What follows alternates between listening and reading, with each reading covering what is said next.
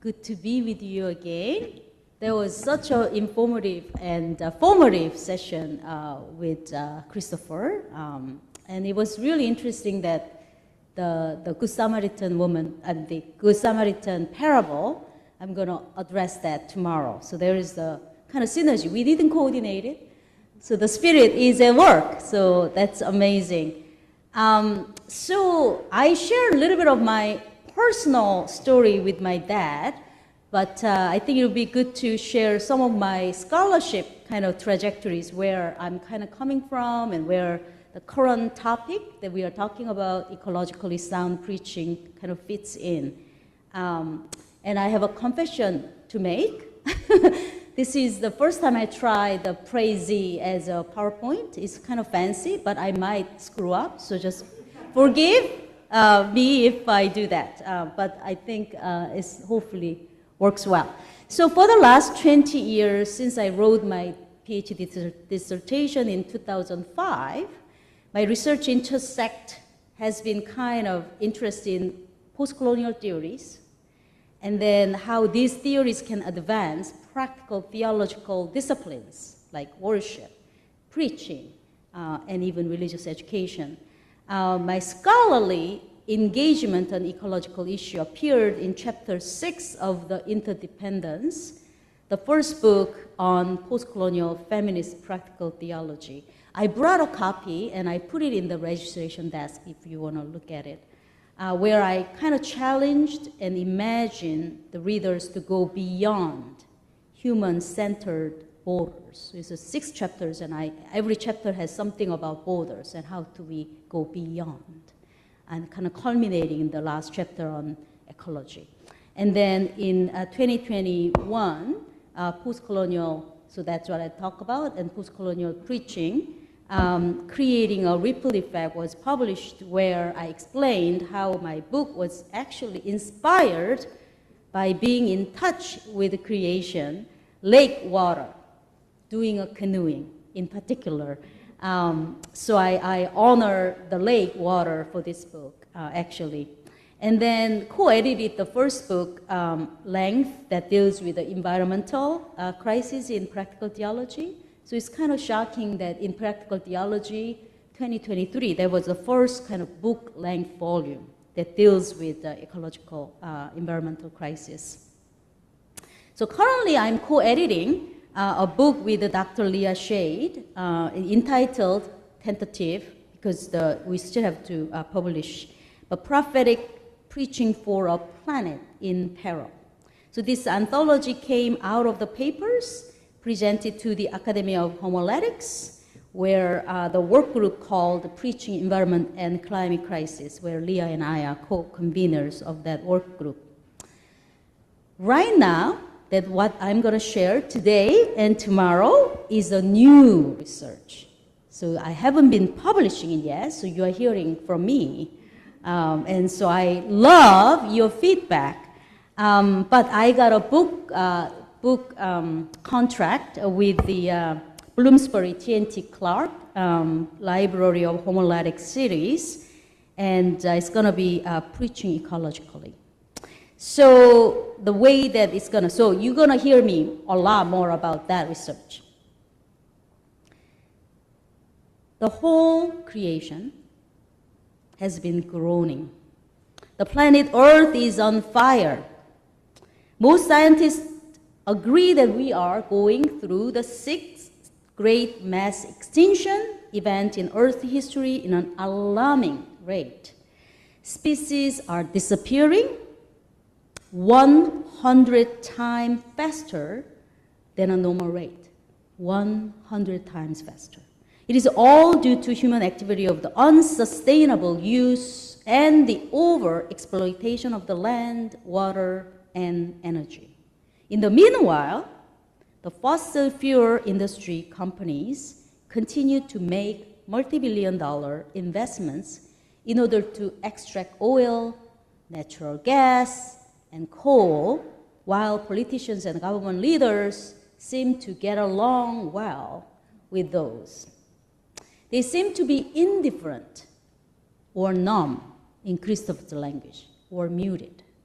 Their climate legislation and many policies are stalled or even dead or going backwards. So as Christians, as followers of Jesus, and as leaders, pastors, and theologians, God of ecological justice is calling us to act now. The situation is getting bad that demands our decisive and collective action with urgency.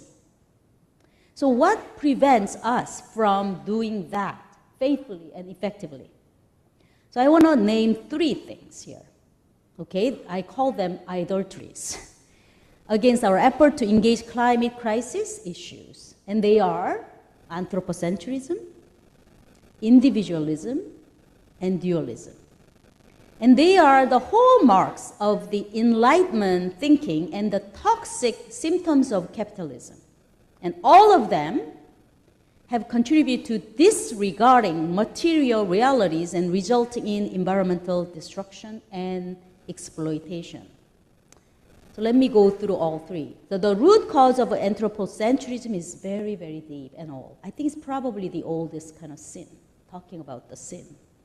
Because it can go back all the way to Aristotle's Politics, where man's domination over nature is manifested in a 3-fold dichotomy. I use the man very intentionally, because that's how he was using.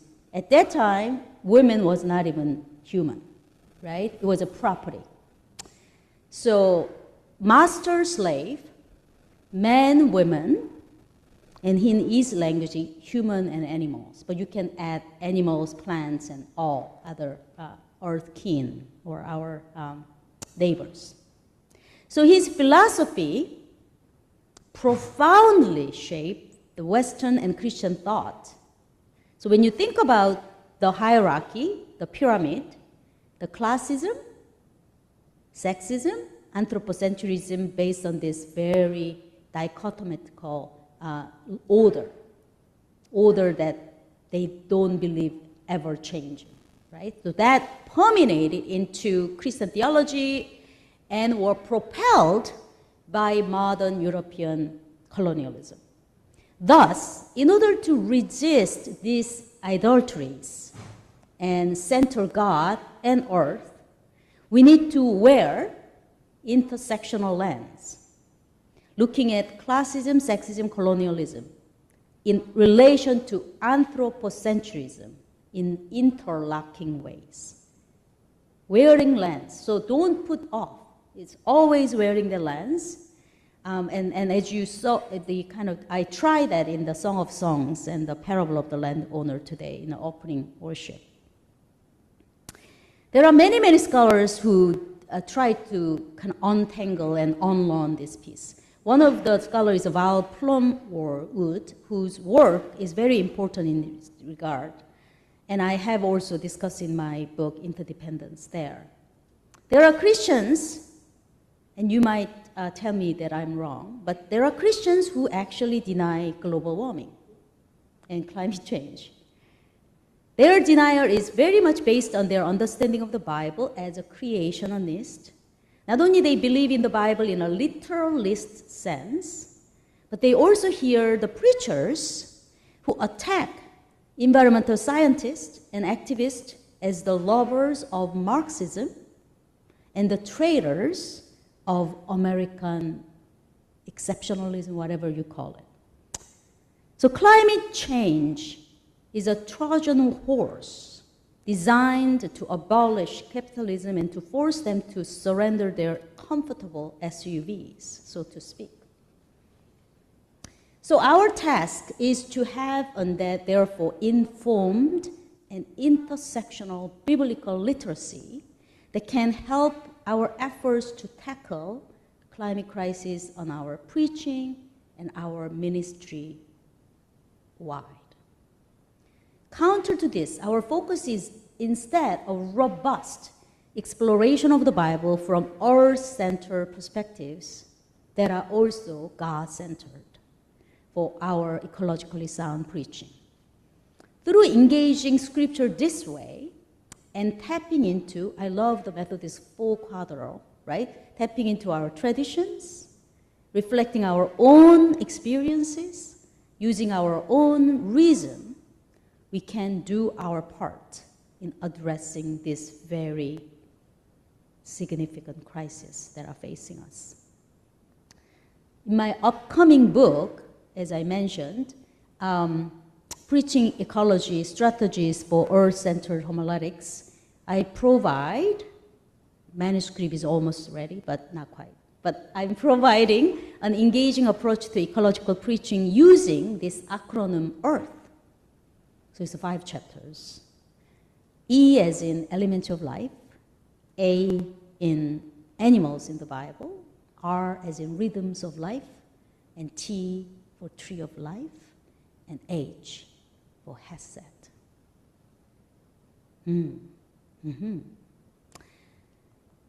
So let's get through. So I'm going to try to do the 3 today. So elements, animals, and rhythm of life. And tomorrow, hopefully, we can do tree of life and Hesed. Are you ready?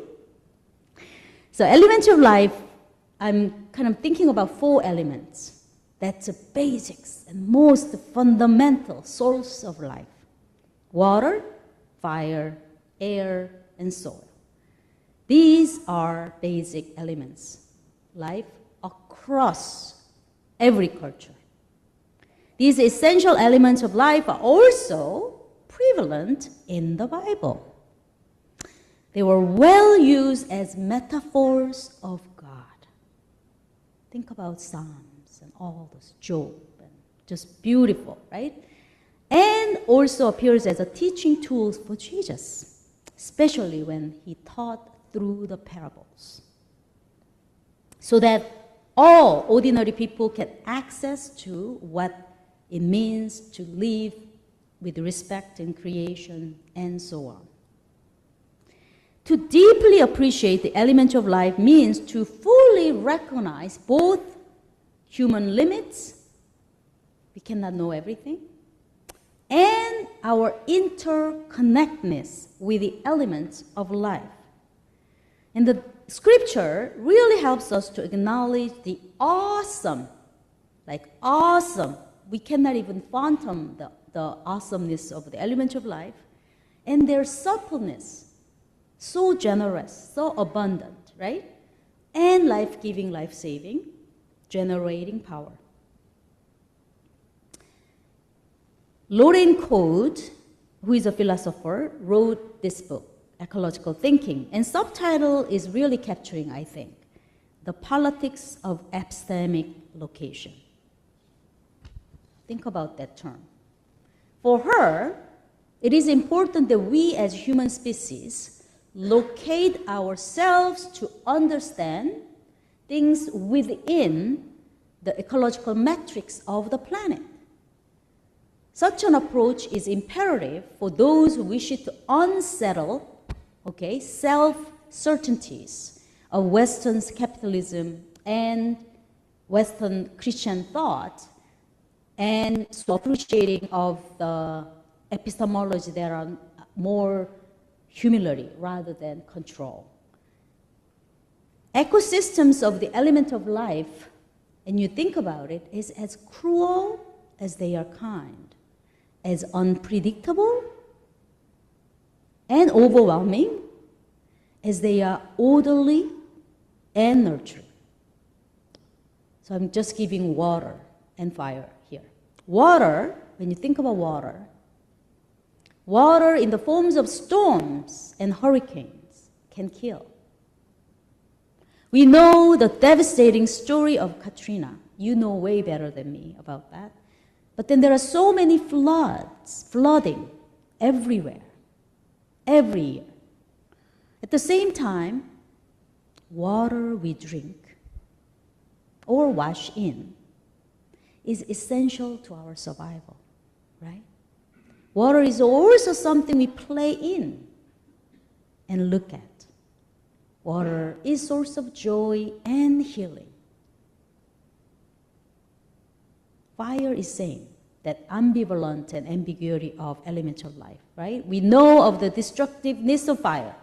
Every summer, wildfire is devastating communities, leading to displacement. We also know its positive roles of fire: heat for cooking, warming ourselves. It's been very cold winter. We appreciate the heat. The rejuvenation of the land through fire. Ecological thinking, therefore, requires holding a both-and approach. And this is the antithetical to dualism and dichotomy. It helps us holding kind of balancing act and incomparable claims. And so we do that by decentering our human exceptionalism and superiority. Ecological thinking constructs a responsive and responsible theory of knowledge and subjectivity, responsive to singularity, diversity, and community that are inherent in nature. Among the four elements of life, due to the limit of our time together, I'm just going to focus on air.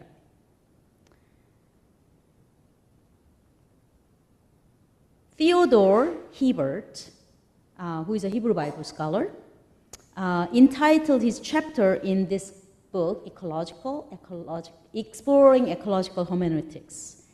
And title is Air as the First Sacred Thing. I think he titled really well. What he means by air is luha. So luha in Hebrew is translated in English as air, atmosphere, wind, God's breath, and all God's creatures' breath. There is no hierarchy between all of this in the concept of luha. Heber's offering is very salient in this. By identifying luha as the atmosphere with the breath of life of all living creatures, we undermine the notion that humans are of a total different order and thereby superior to it. In Hebrew, luha subverts that idea, that nature is merely an object. In fact, he goes on, luha not only signifies that humans and the rest of nature are inseparable, it also claims that atmosphere and respiration are really aspects of God's own being and therefore sacred. So it dissolves the sharp distinction and dichotomy between creator and creation, or among the creatures, the hierarchy, right? So in English-speaking world, we distinguish atmosphere we inhabit from the air we breathe. But in Hebrew, it's the same thing. This is a radical thought when you think about it, especially from the Aristotle, right? The other thing in prophet and psalmist thought, luha is a source of life. Therefore, death means there's no ruha in them. Okay? So by equating life with ruha, biblical writers link humans not just to the atmosphere they breathe, but to other animate life, all sentient beings. Luha, as a signifier of life, is closely related to death when we consider life and death. Again, not linear way, not dualist way. And we are going through the suffering and death of Jesus right now. But we know the new life comes from death, just like Jesus died, and by dying, he saves, right? This is a paradoxical, but it's also cycle, and we can discuss that further along in the rhythm of life. But such biblical wisdom of luha does not stand alone. It is found in other religious, cultural, and linguistic traditions. So let me share the language that I know, that's Korean. And breath is pronounced as sum, literally breath. But then sum also literally means life. You see? So to cut off breath or to deprive of air means death.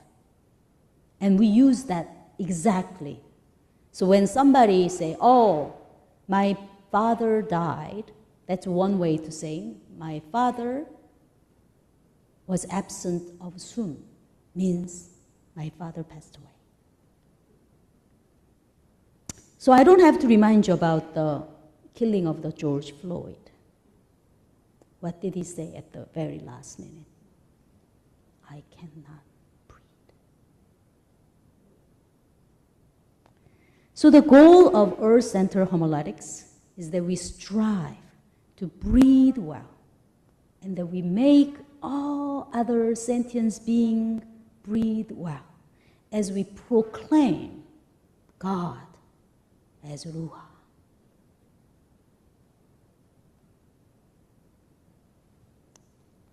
So let's go to animals. Do you know how many animals in the Bible? Guess.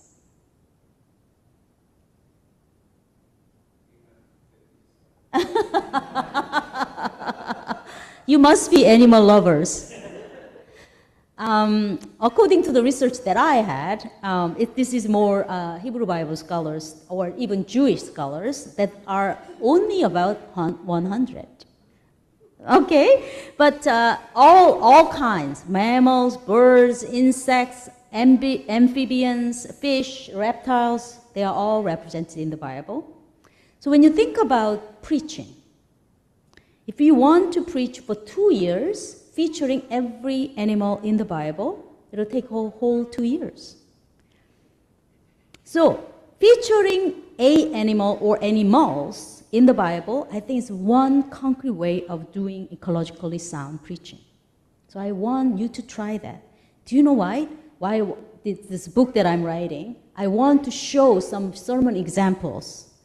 And I'm asking people, have you preached on animals? And guess what? This is the least area that is developed. So I have lots of preaching on water, fire, air, but not animals. So encourage you to work on it. Okay, and send me if you do. That would be awesome.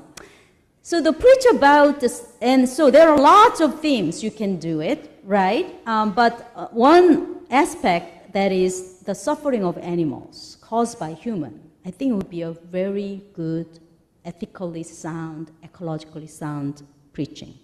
So Ken Stone, in this book called Reading the Hebrew Bible with Animal Studies, makes a really good point on this issue, and I want you to think about it, because I didn't think about it until he said it. He says, the way God prefers Abel's offering to Cain's offering, so think about Cain and Abel, the sacrifices. What is puzzling, he argues, that the Bible does not explain why God favors Abel's animal offering over Cain's agricultural produce. Yet it seems that God finds the animal's offering, the taking of an animal's life, more worthy. In the words of Gerard von Rad, very famous biblical scholar, he cites, the sacrifice of blood was more pleasing to Yahweh. Do you agree with that? This is something to ponder.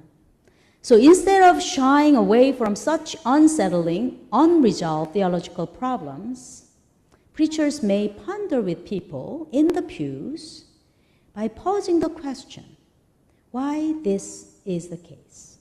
Is there any implicit connection between life and death in this story? Is there any justification even of killing of animals as sacrifice?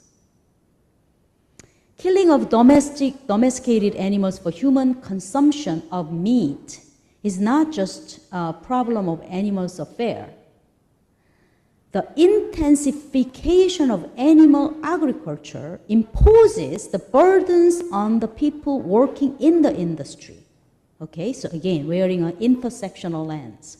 The working condition is racialized and gendered, as there are disproportionately Black, Latinx, female, and migrant workers in the meat processing plants and in the slaughterhouses. So Carol Adams is another great scholar who makes another layer of intersectional analysis.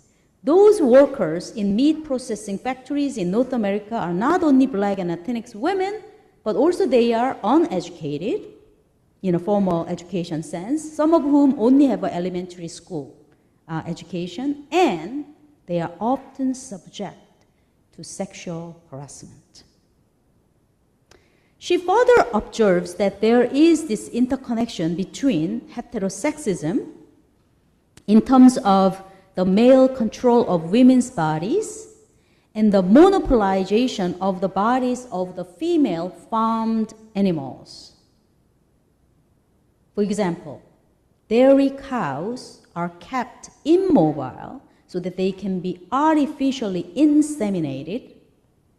After they give birth, their calves are taken from them. They are slaughtered for meat when they are unable to produce milk for human use. So others pose questions about farmed female animals who are not allowed to provide the care of their young. So these are the kind of ethical, animal-related questions and the benefit that we are getting for our human meat consumption and milk and whatnot. So there's something to think about, right? So keeping this intersectional analysis dealing with the animal issues in mind, let's look at one animal closely in the Bible, okay, out of 100. That's a donkey. Donkey is important animal in Jesus' ministry, right? Palm Sunday is coming. But I want to discuss the one that is actually appeared in the book of Numbers, chapter 22. Do you know this story? Yes. Okay, good. I love this story. So Michael Gilmore wrote a very wonderful book. And in there, it says, donkey, Gilmore writes, is not only a vehicle of material blessing by saving this prophet Balaam's life, but also spiritual revelation. It is the donkey who provides an occasion for Balaam to repent and hear the word of the Lord. Another scholar, similar point, Cameron Howard, who also says animal speech as revelation. And in that article, she said, not only does the donkey sees the divine, right, through the angel, but also saves the prophet from being killed. So the story in Numbers 22 counters the common understanding, conventional view of the donkey as a dumb animal in either of the two senses of silent or stupid. The speech of animals in this story implies that animals see and know what the humans do not or cannot. The donkey in this story mediates between God and the humans and giving the human access to God. So if we're willing to elevate this particular animal to the position of mediator, we also have to view the animals as subjects who act on their own accord. And Howard suggests that we acknowledge their close affinity with the divine, the deity. So lift up the Gilmore and Cameron's insights. Let's try a homiletical exegesis in verse 22. Some of you know the story well, maybe some of you not. Either way, it's good. So how would you preach this and how do you read this text?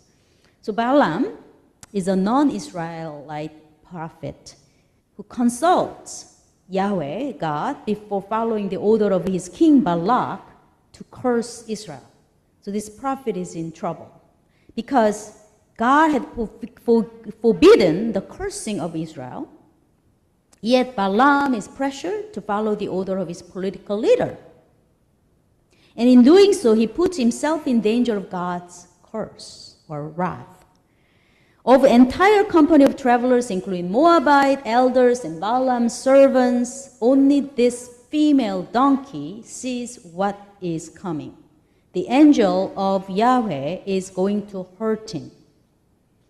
To save her rider, Balaam, this female donkey crushes his foot against the wall, turns off the main road, and then refuses to go further.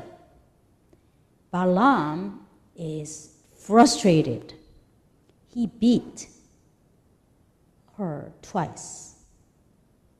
What is donkeys doing here, right? Donkey's speech, so after that, is extraordinary and surprising.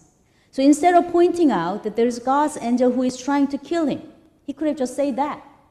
But instead, the donkey tries to help him see how she is his companion, how she is loyal to him, and how there has been trust between the two of them based on a long relationship.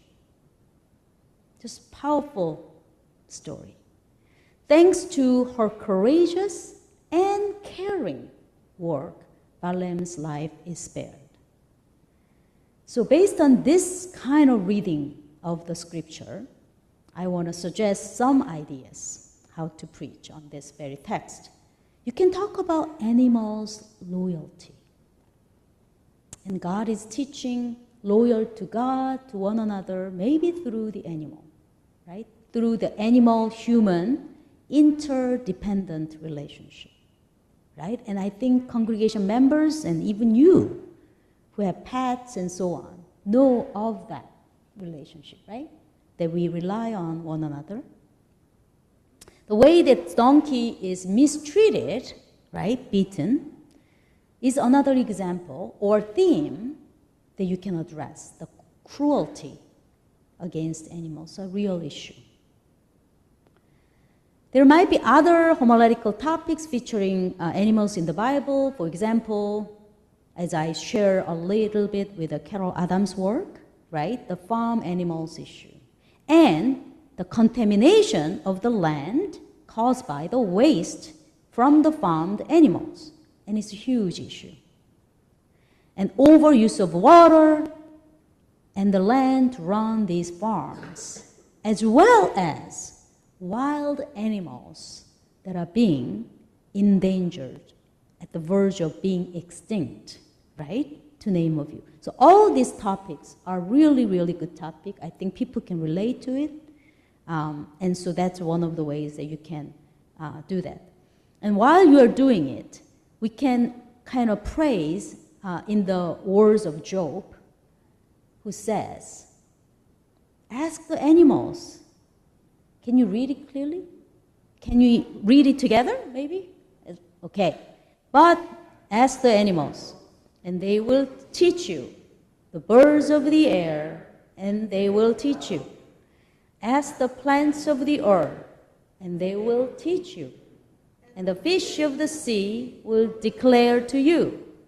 Who among all the dew does not know that the hand of the Lord has done this? Yeah, I mean, Job is an amazing book. It's just long and everything, but in terms of ecological preaching, Job has a lot to offer. So our intention here is to overcome our human-centered and human-superior reading of the Bible. Instead, we can explore how animals in the Bible can help us and our congregation to realize how their lives and their well-beings are interconnected with our lives, our well-being as well. The final one for today, the rhythms of life. There are lots of good reasons to choose rhythms of life as a part of our agenda for ecological preaching. Rhythms create patterns for us, patterns that shape our lives and give them meaning. Rhythms are the things that our bodies are very much in tune with, right? There are daily rhythms of waking and sleeping, of eating and voiding, of working and resting, of playing and praying. Then, of course, the full life cycle follows a rhythm of birth and death, growth and decay. Rhythms of life in this regard are very body connected and earth connected. Like for example, today is the full moon day, so I hope that we can see the full moon. Our world, right, with really influenced by Western Enlightenment culture, rhythm contrasts with another R, which is rationality. Rational thinking is often linear rather than circular. It has often been used to disconnect the human consciousness from the constraints of the body, right, and the earth physicality, and some kind of set the straight trajectory of some place beyond. I don't want to demonize or dismiss. We need rational thinking too. But I want to contend that it is important to get back in touch with the rhythm of our bodies, our lives, and our planet Earth. And these are all connected. And I want us to remember the Christological significance of the rhythm from the birth, growth, suffering, death, and the resurrection of Jesus as Christ. Our very Christian year, right, from the Advent all the way to Pentecost, these liturgical meanings are following the rhythms of Jesus' life. Another important reason why we need to focus on the rhythm of life is that many people today experience a huge fragmentation of their lives and suffer from the imbalanced life, especially the imbalance between work and play. People in North America are working more and faster, in part, as Sharon Parks said, because the incentive structures in our present economy have a bias toward either long work hours or multiple part-time jobs. And she wrote this in 1997. That's a long time ago. And I think the situation is getting worse. In this competitive, workaholic, market-driven world, the level of anxiety and stress goes up, while the energy to play and the time to rest go down. Of course, not everyone suffers from this workaholic anxiety and stress in the same degree. Those of us who have financial means consume more and clutter our lives with the things that we don't need and never feel still content, so we buy more. As a result, such excessive consumerist habits and culture, what we consume and quickly discard, not only damages creation, but also separate us from the rhythm of the natural world. It doesn't matter what season it is or where we live, as we can get strawberries wrapped in a plastic bag everywhere, anytime. And I'm very much talking about urban person here. On the other hand, there are those of us who have no other choice but to work many, many hours at multiple places, including night shift and weekends. Even so, many cannot make ends meet, let alone they can enjoy the things that they themselves produce and contribute to the economy and service to the public good. This estrangement between the labor and the fruit of the labor is widening, and so is the gap between the poor and the rich. William Kavanagh wrote a beautiful book called Being Consumed, and he explains this very well. In there, the consumerism distorts the relationship between us and the things that we use. It creates a multi-layered detachment, a detachment from production. We make very little of what we consume. A detachment from producers. The lives of those who make what we consume are largely hidden from us, right? And detachment from existing products. The desire for the new tempts us to not to become too attached to the things that we already own and use, which creates a throwaway culture. late capitalism teach us to create ourselves through our consumer choices, right? Shopping is where we form our identities, find our communities, and express ourselves. So Jim Wallace, some of you know this person, in his sermon, I love his title, I shop, therefore I am. In his sermon, based on Matthew chapter 6, 25 and 30, he says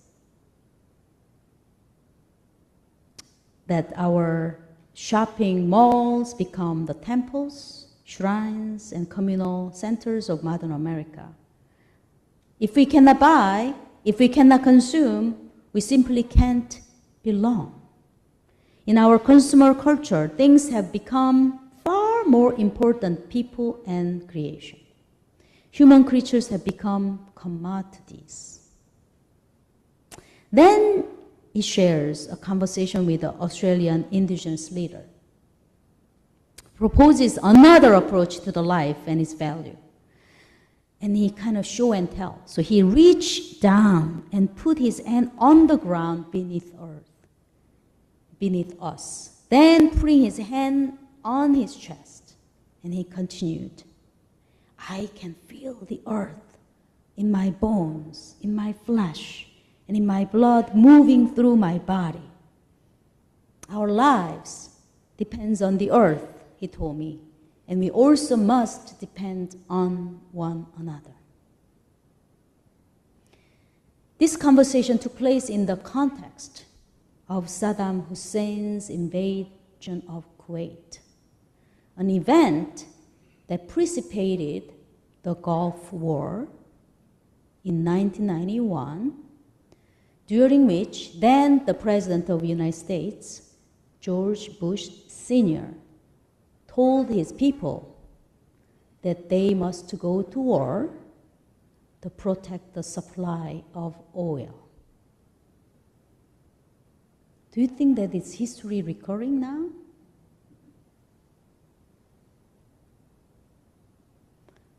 In his sermon, Wallace connected consumerism and the call to war for the oil with the destruction of the earth.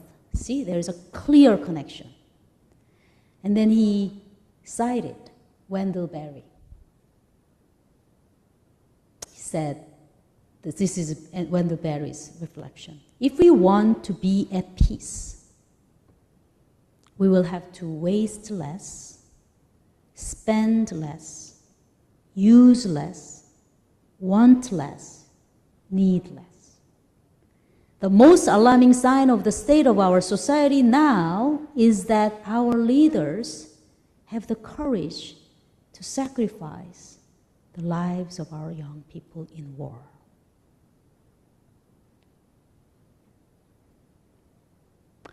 So in my post-colonial preaching book, which I also have a copy there for you to look at, I suggest that Christian community, as a plural, rehearse the reign of God. Rehearsing refers to a dedicated times of practice in the same way a child practices hockey or football or basketball or playing scales on the piano. Children may not think that they need this practice, but we, as parents, teachers, and coaches, know, therefore encourage them to work at it because time will tell why this practice is essential. The rehearsal of the reign of God in worship for preaching is similar. It requires repetitive, regular practice following a rhythm of life. The rhythm of life and the rehearsal of the reign of God really go hand in hand. I argue that perhaps the most important practice for the sake of the reign of God that we have to practice is to keep Sabbath. From a rehearsal point of view, practicing Sabbath foretaste the feast of the reign of God to come. So you almost taste what it's like to be the reign of God. But it's not quite yet, right? We are told there, very eschatological. But we have to practice to do that. And Sabbath is a practice, and it requires weekly, yearly, and so on, and so on. Because if you honor life that is dignified, that is sacred, all life needs rest. And this attentive, intentional practice serves as the foundation of faithfulness to God and to one another, and for equity. You mentioned about equality and equity? Yes, for equity.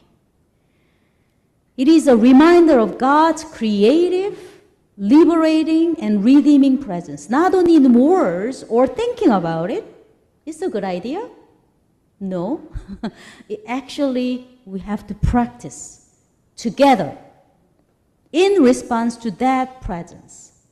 It is a practice of expressing gratitude and sharing the abundant gift of life through resting and literally taking delight in nature.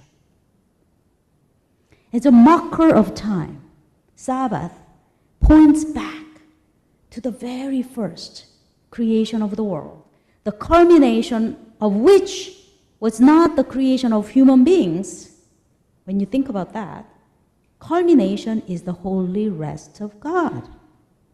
Sabbath is what God practiced after God worked to create the world on the seventh day. God is praised as fully as possible in how we are grateful for the gifts of creation. Resting is a time in which God takes pleasure in what has been created. The Sabbath day is grounded in the story of very creation. Therefore, keeping Sabbath is one of the most important ecological sound practices. But keeping Sabbath is also a matter of justice and freedom. Sabbath is an antidote to poisonous consumerism that we talked about. Because no one, including animals and all land, everything, water, right, will work without rest. Sabbath is a recurring testimony against the drudgery of slavery. To keep the Sabbath holy is to acknowledge the need for the rhythm of life and its connection to a healthy, embodied life. It affirms the value of work and the need to rest. It sets out the non-dualistic balance between spirit and body, work and pause. Sabbath is a form, a practice of resistance against oppression. Not only the oppression that comes from forces outside the human, Sabbath is a resistance against slave master within. So we have to look at our own. Lent is a perfect season for that. Introspection. We look at our own, how the commandment to rest was delivered in Exodus. And we find that it was after the Hebrews had secured their freedom from Pharaoh. The commandment to rest is to push aside enslaving personal agendas, to act as if the world cannot get along without our work for one day each week is a startling display of human arrogance. And it denies the sufficiency of our generous God and the abundance of creation. What I argue here is not to merely point to an individual responsibility or private practice, although each one of us had our part to play. Rather, I want to point us to the collective responsibilities. Because if they cannot rest, I cannot rest. Right? It's a kind of dimension of political, economic, social practice must be ensured. Without systemic engagement, keeping Sabbath is neither possible nor sustainable. Sabbath as a matter of earth-based justice practice intersects with other issues of justice, such as racial justice. Melanie Harris recently wrote this beautiful book, Preaching Black Earth, and she asks a really good question here. How has the experience of navigating racial injustice and racial violence, often in collusion with white supremacist ownership and overuse of nature, impacted Black people's understanding of themselves, their relationship with the earth, and their understanding of environmental justice? How are ecological reparations and racial reparations connected? So looking at the church, there's another scholar, Carrie Connelly, and her colleagues note that many of the churches they worked with have staff who are exhausted, overworked, and in some cases terrorized by the senior leaders who insist that they need to work hard for God. This is a product of a misguided Christian ethic that operates a distorted view that our worth comes from our productivity. Right? If you don't produce, then you are not worthy. So that logic. But what Harris and Connelly underscore is that this misguided work ethic harms white people and BIPOC, Black, Indigenous, and people of color alike. Still though, the harm is exponential for Black and brown folks, because within the white system that Christopher talking about, marginalized communities such as BIPOC and women are often required work even harder. So check it out. This is a good book, especially for congregational kind of working on racism issue. There's just good case studies within there. The practice of keeping Sabbath, therefore, demonstrates that rhythms of life are connected to a sacred command to rest, and it is followed to God, as God has rested. An ecological homiletics of the rhythm of life proclaims this very connection for the sake of recalling humans to a grace-filled relationship with a non-human world, centered on God who loves the world. So let me end my first part of lecture today by quoting James Cone's sermon.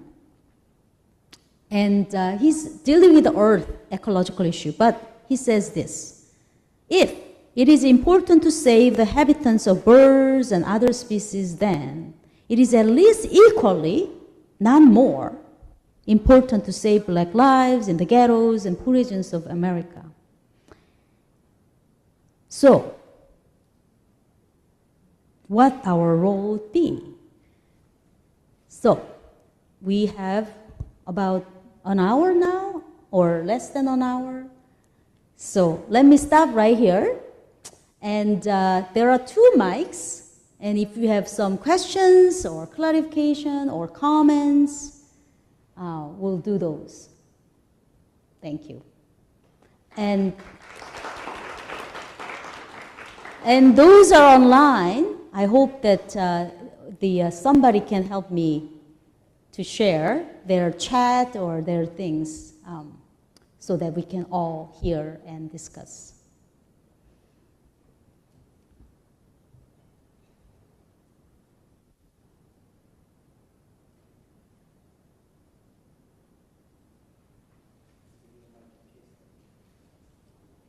Okay, thank you. Yes, you want to come to the mic because then online folks can hear you better? Maybe share your name as well? Yeah, I'm Jonathan Seitz. I'm a local pastor, and I taught in Taiwan for 15 years. And I used to do a class on Jonah, and Jonah is one of those books where it has the fish, the worm, and then the cattle that wear and sackcloth. The leaves, and the plant. leaves, the plant. So, and it was interesting to me that it's also one that does justice. So I hadn't know. really thought of kind of like the combination. It's sort of half wisdom literature and half prophets. That's right. So I am curious of like, if you have advice for us on preaching, like ways to, like I could see preaching a series on Jonah, and the animals in my congregation would take it well, but I also am from like a weird purple church that's scared of talking about a lot of these things. So I'm just curious if you have kind of practical advice for us on how to preach creation or how to preach ecologically. Thank you. Thank you very much for that. So I mean, the thing is, Jonah, when you are teaching Sunday school, right, the Jonah is always featured, right? It's one of children's favorite. But then when we become adults, we don't talk about it. So there is also dichotomy between children and others, as if we are all children of God, and we, so therefore, when you think about preaching on Jonah, I mean, there are just so, as you just mentioned that, the fact that Jonah refused to go to Nineveh, right? So he had his own, we want to say in today's world, kind of racial prejudice. Or you want to say Jewish, kind of anti-Gentile sentiment. So going back to the Good Samaritan story, so we can talk about that. So one way to ecological preaching is really, as I said, in 3 idolatries, anthropocentrism, what was the other? Individualism and dualism, right? And so try not to focus on the human only. And if you only focus on that, so in other words, it's only the Jonah, why don't you focus on the king who actually asked everybody to repent?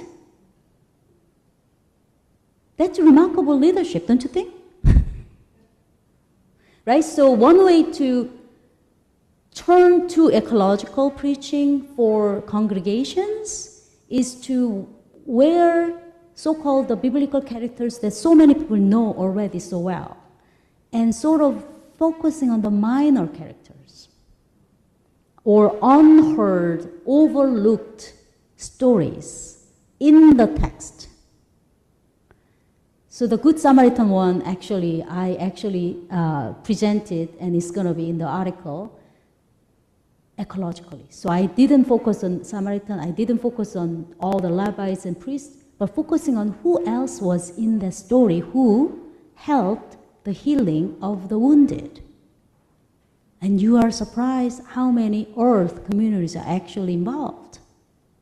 Or the innkeeper in that story, right? So that's one way to talk about it. So whenever you have the text in Jonah, right?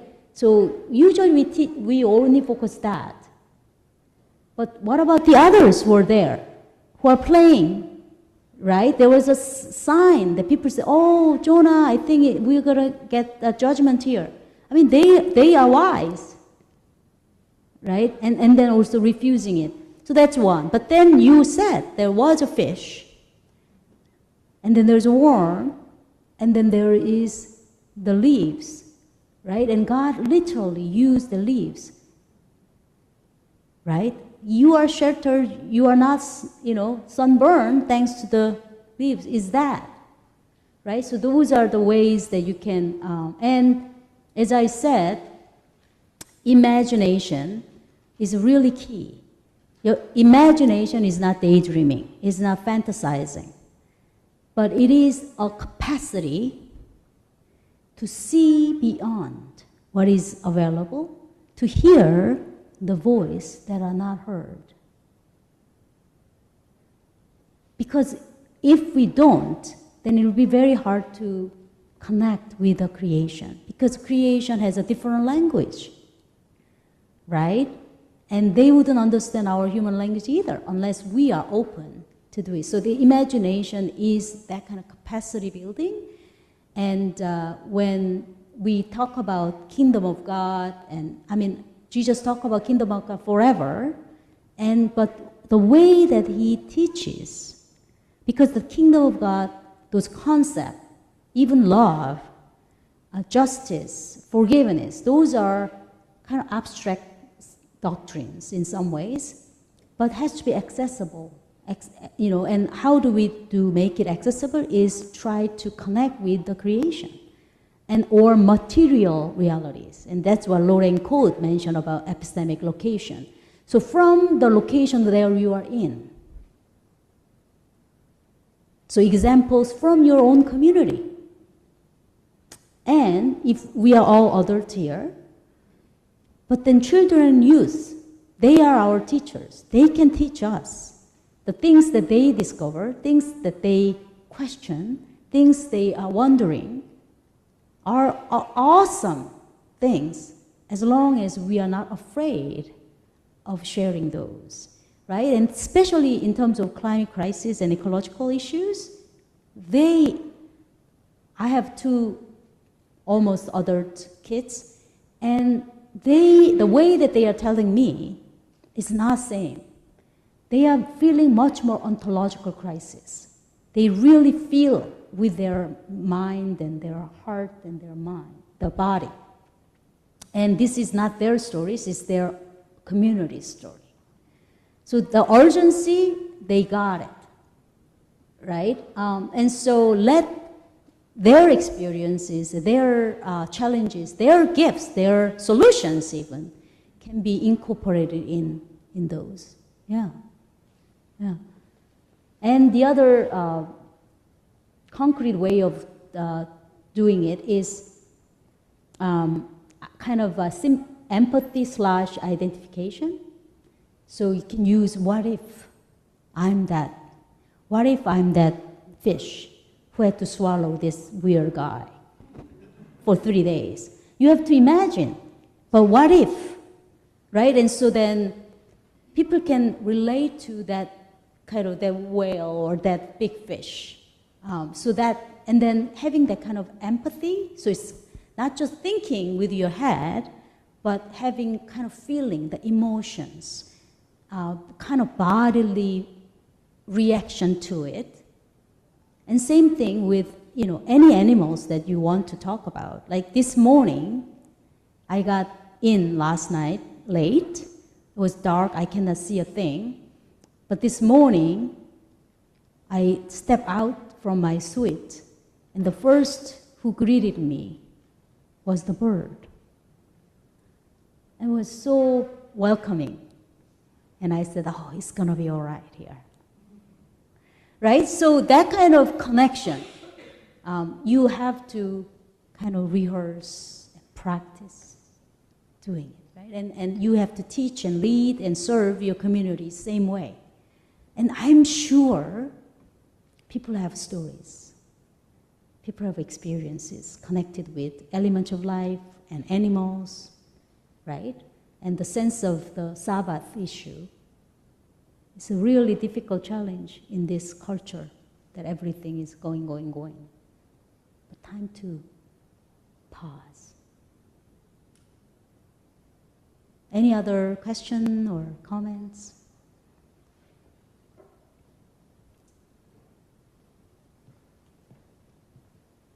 So as you were talking, I was thinking of examples of the animal world being used as a kind of boundary or block on human behavior. So, the lions, the wolves, the animals that Isaiah is so concerned with. That vision is... Snakes in the wilderness biting the Israelites. And then at the end of Job, God appearing in the whirlwind to kind of put a limit on human understanding, or at least point to a limit on human understanding. Right. So it occurs to me that in preaching, these are all negative examples in some ways, right? But this is, if you point to them, you do speak against an individualism that would claim that we are somehow masters of creation, and really an honest fear of those things throws us back into community, which also works against an individualism. Exactly. Exactly. That's my contribution. Thank you. I think that's a great comment. So as I said in the Elements of Life, I think it is exactly the same with animals, right? Animals are not all good or all bad. It all depends, right? I mean, mosquitoes need to take our blood, but I'm not going to say mosquitoes are good for us. You know what I mean? And also in terms of the animals who can kill. Like there was a story in Japan recently, I don't know whether you heard it, the bears are coming down and attack and so on. But then, why the bears are coming down? You have to think a little deeper and analyze it a little bit more critically, because probably human communities build where it's supposed to be their territories, right? And you see that, at least in where I am in Canada, some highways I see deers and they are killed by the car because the deer communities are kind of divided thanks to our highway, right? So which is what? And the very COVID that we all experience, and still the impact of COVID is still lingering a lot. And the fact that, the virus coming, and the animals have those virus, and some are bad, but some animals don't react to it, but for us it was detrimental, right? Then why do we have that? It's because of the so-called we as human beings invaded their territories. And therefore, for their survivors, therefore they have to invade our world as well. So, so this interdependent relationship is not cozy, right? It's a really, really hard work. It's a different species, so therefore we have to kind of honor and have their own space. But doesn't mean that therefore we can demonize or that we can therefore kill.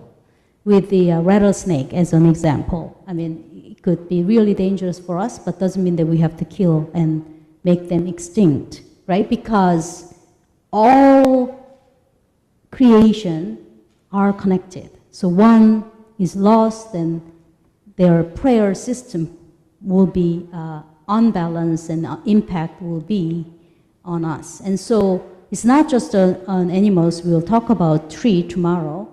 I mean, tree and animals and the land and the water, they are all connected, right? So one group of groups are deprived or damaged or distinct even, then the impact will be there for others, and then it'll come around. It's like a boomerang. But in terms of the vision of the kingdom of God, that kind of peaceful coexistence doesn't mean that we will make them like us, right? It's not a melting pot vision. It's more like mosaic or tapestry, right? It's a distinctly different, but still for the sake of life that we all thrive, right? So that thrive includes death. Loss is a part of gain. And so I think it has a really grounding experience of not afraid of the challenges and loss and suffering when we already know this is part of life. So even though I don't see this, but I'm passing that baton, and the next generation will generate. That kind of big vision, big picture, I think we have to hold. How dare we are, right? That we think we know everything. It's not. Yeah.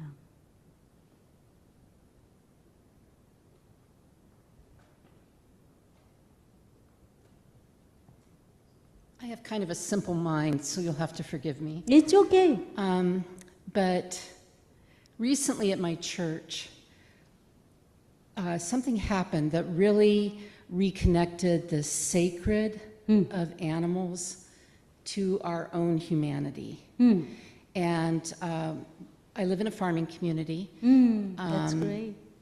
And one of the elders of the church had talked about all the stress with the weather and the deep freezes and the things that was creating, and the stress that was creating, and how people will spend hours online watching cat and dog videos. But what he did was the goats had all delivered prematurely when it heated up for a day or two.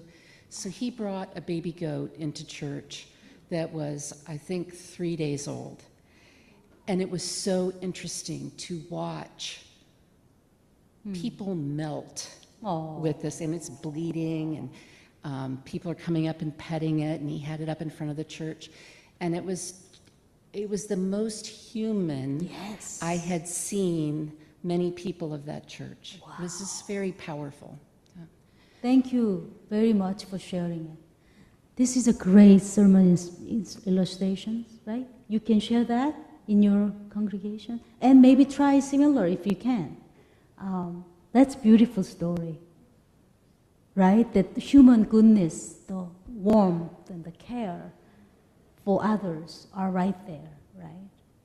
And that it's not just humans who are suffering due to the extreme weather, right? It's just an example of that. Thank you. Wow. Do you do those blessing of the animals service in October? St. Francis? Yeah.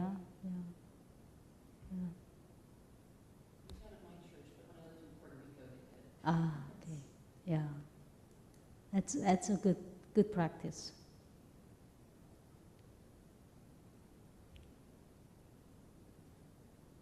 Anything else?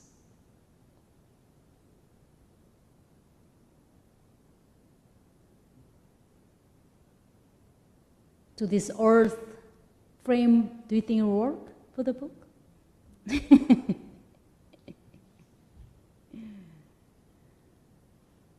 There's no burning question or wondering question or brilliant ideas. I know it's a long day. I know you've been so faithful. Yeah, I'm like you, right? Yeah, you have time to kind of process. So what I'll do tomorrow is, because it's a 5 and I did 3 today, so only 2 left. So I was going to open up further and kind of total. So the lecture today and lecture tomorrow are kind of one set. So hopefully you have some time to process and think about some comments. They will be absolutely welcome as well. And sometimes silence is a very good response. And so I have learned to appreciate silence, both in class and in preaching and in worship, because there are people with a different learning styles and different cultural practices that silence is a necessity. But in certain cultures, that's like anxiety-driven, right? But in order to resonate, those verbs or amplify what is heard, you need silence. So again, paradox, sound and silence, they go together. One without the other are not going to work. So the silence is kind of a coffee metaphor, kind of percolating, right? To slow dripping coffee making or tea, for that matter, is a wonderful thing, right? Kind of slow, intentional, attentive. Those are really good practice in multiple ways, for food's sake, but also for sermon process too, right? And ministry in general, right? It takes time, ebbs and flow, momentum up, and then down time. We need. Doctor, a question has come in online. Excellent. Okay. Kristen is asking, I believe that you mentioned that the Sabbath implementation must be systemic in order to be sustainable. Mm-hmm. How do you imagine this to be a possibility, or is it just wishful thinking? Thank you, Christine. As you know, so this is a debatable, and I think many biblical scholars or scholars who focus on the very concept and the implication of the Sabbath, especially in regard of the Jubilee, right? So Sabbath, 7 years for 7 times, and the 50th year, everything back to the zero sum, right? That we are starting new. It's like giving a second chance for everyone. So there's a debate that whether this has actually happened. I'm not quite sure. In some ways, maybe it did. But I want to say, in terms of the whole world, or at least in the biblical world, and those who are inherited that beautiful vision as Christians, as Jewish, as well as Muslim communities, they all share the same kind of the Abrahamic faith, actually did it, right? And we cannot say we have, right? Because I don't see that's happening. So in that regard, it's kind of impossible. Because in order to have that kind of Jubilee vision actualized or implemented, the whole communities have to say yes to it, right? So that's what I mean by systemic approach. I was also saying something about, let's say,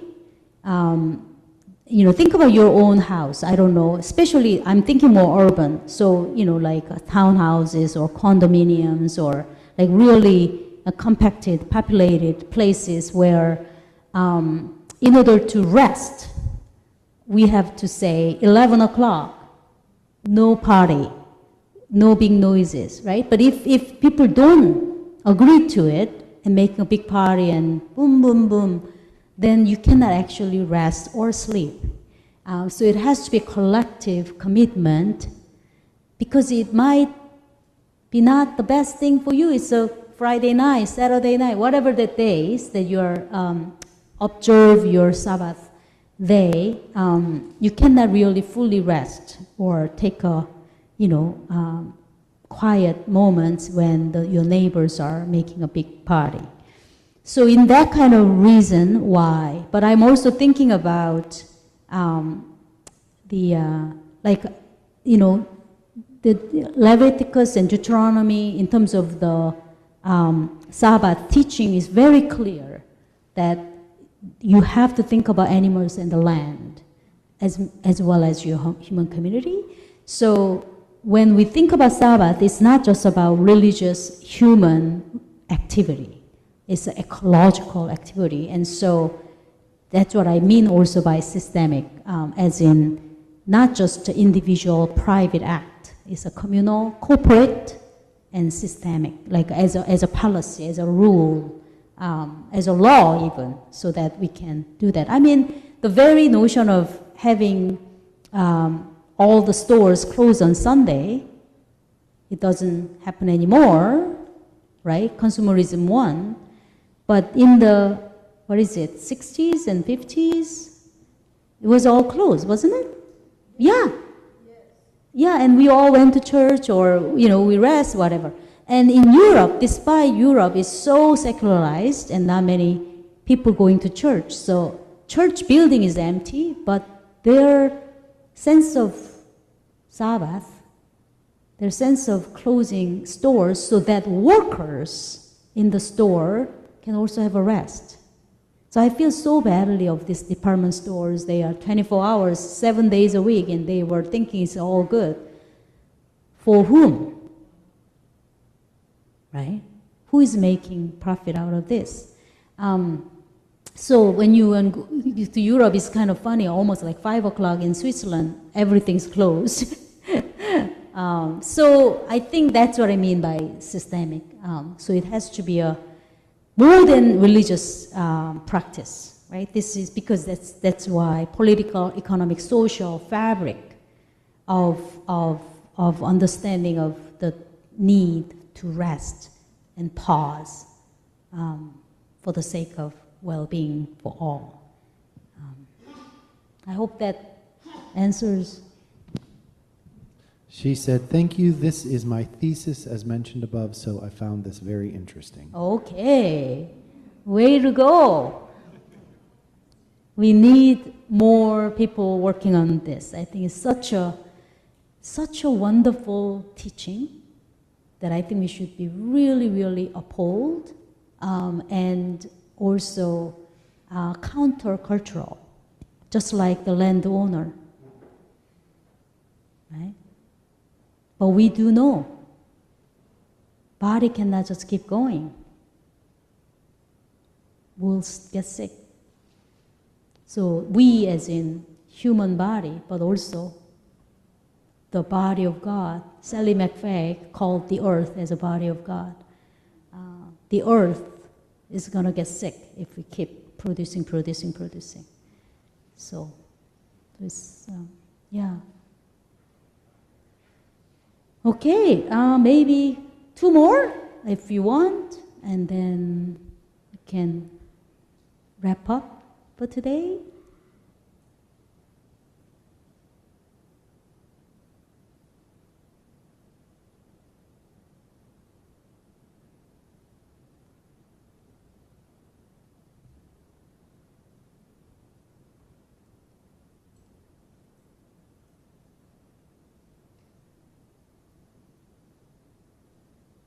Most of the materials are new, or you already know? I wonder.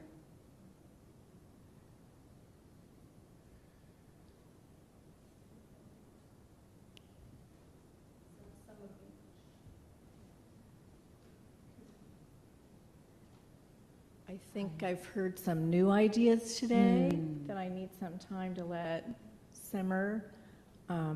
And some ideas that I've heard before that I needed to be reminded of. Again and again and again. Like the practice of Sabbath and rest. And this isn't really a fully formed question, but your comment about productivity and how we value people based on their productivity. Yes. And how that value fosters ableism. Excellent question and comment. So yes. I was really happy to see, I think, in some of your written things, how you bring disability justice and Correct. ableism into this conversation. So Yes. I don't know if you would like to say more about that. Yeah, thank you very much. Maybe I'll bring my books in the registration, or would you mind doing it? Thank you so much. Very much so, very much so. At Emmanuel College, we have a scholar, faculty member, Tom Reynolds, who wrote a book called The Vulnerable Communion, and really expert in disability studies and theologies. Thank you so much.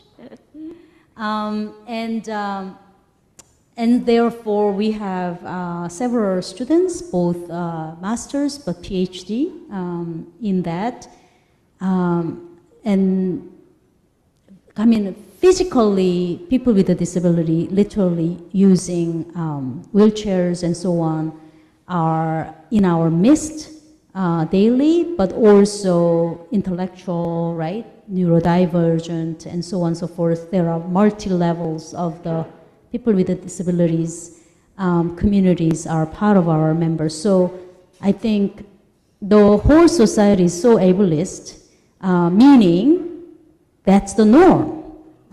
So those who are benefit from the norm, we don't even know that what we don't know, right? It's just like, I had a disc issue long time ago while having a second baby during the pregnancy and write a dissertation.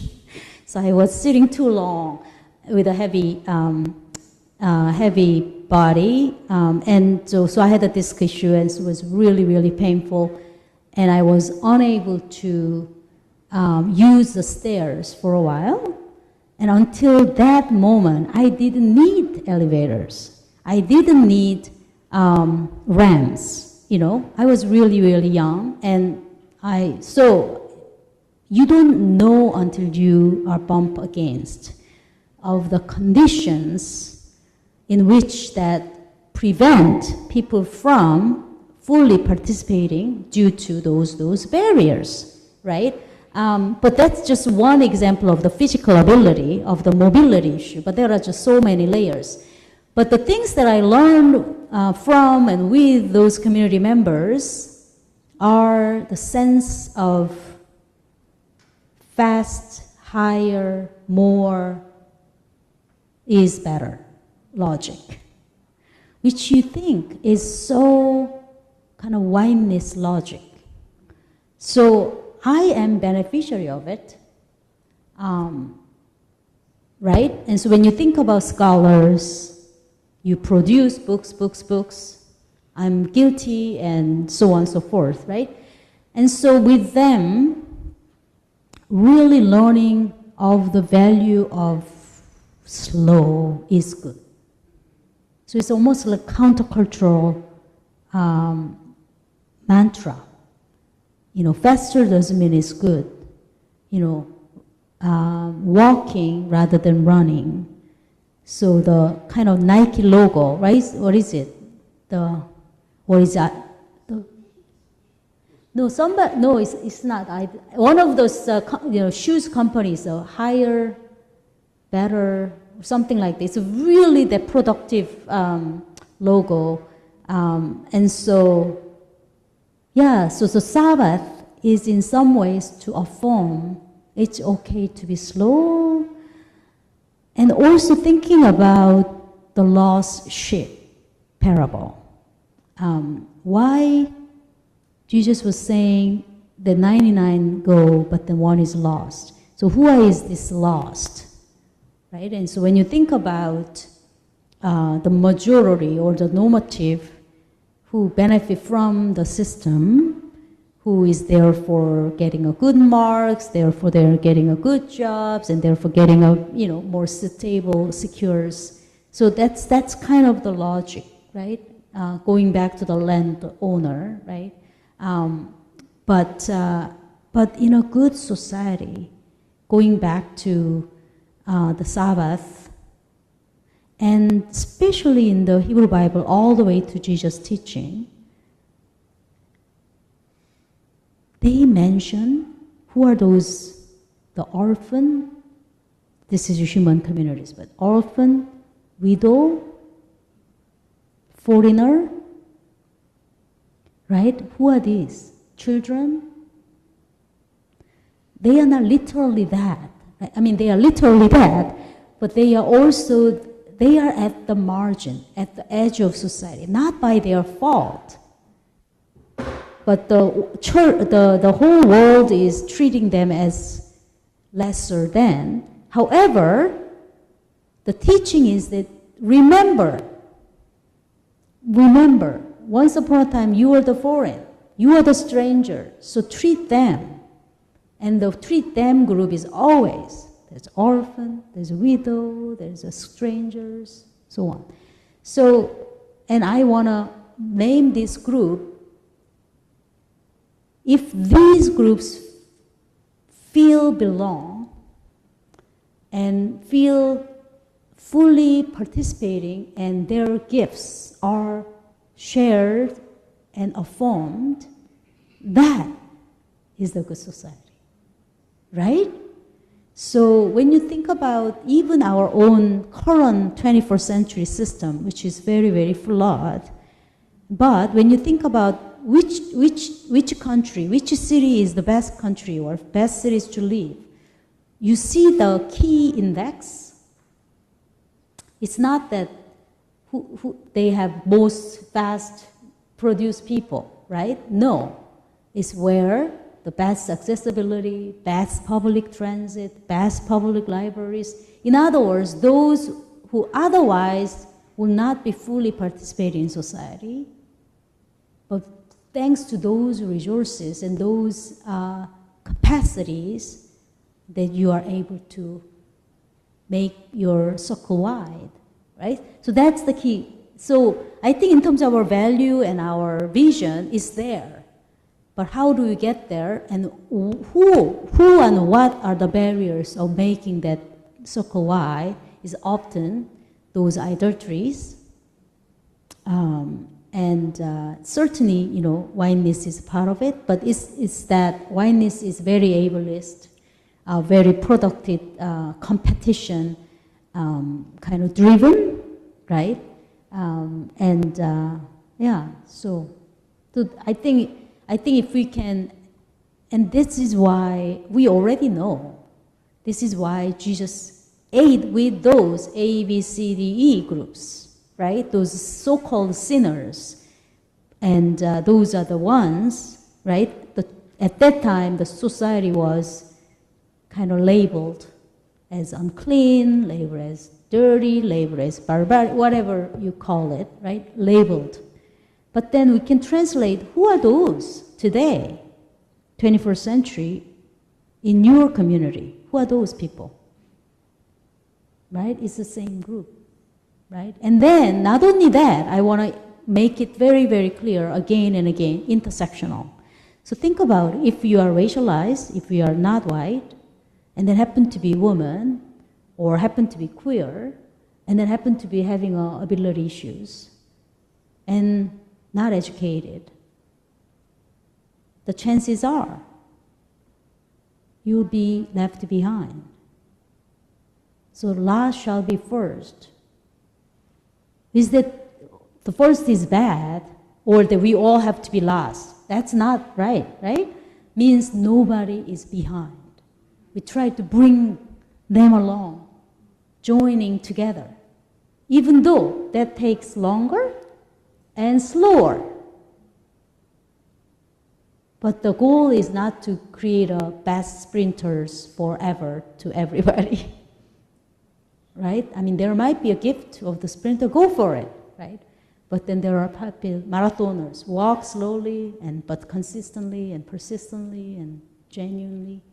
So I think that's sort of, and so when you think about that, the earth beings, I call earth kin, or earth communities, are part of that group. To bring that groups into our communities, because they are invisible, we don't see it, and because, you know, air, how do you see air? But then if you have a respiratory problem, you know that this air is bad. So make that visible so that air quality is important. The water, we see water, but it's hard to see whether this is clean or not clean water. But if we are drinking a non-clean water, we are in danger, right? So then it's not just us. There are so many other earth-kin beings are in the water, needing water. So it's not just for us, it's for all, right? So that nobody is behind or left behind. So that kind of understanding and strategies, how do we do that? Not for everybody, for everything, all the time, right? We are limited, but still, the message is clear, and do your things in your own community. So I think that's pretty important. So thank you for very not so refined question, but I think it's really, really important insight. Yeah. So this book has the ability issues in here.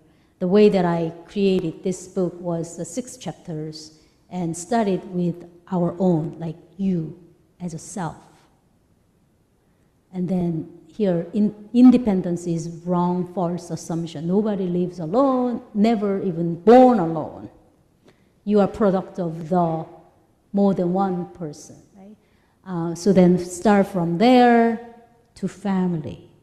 And who is family? So I challenge here kind of nuclear family, heterosexist family. So family could be beyond biology, beyond, you know, there are multiple ways. And then, you know, with the blended families, adopted family, there's so many different forms of family, and we affirm that. But it's important. Family is important. And then church is another community. And then go beyond kind of nation, the border, immigration, and then religion, not just Christianity. we need to work together with other religious communities, and then end with a cosmic kind of vision of the ecological. So that's sort of how it works. Wonderful. Is that good? Yeah, okay. Thank you. Thank you. Thank you very much. That's right. The tree is waiting for us. I hope you have a good evening.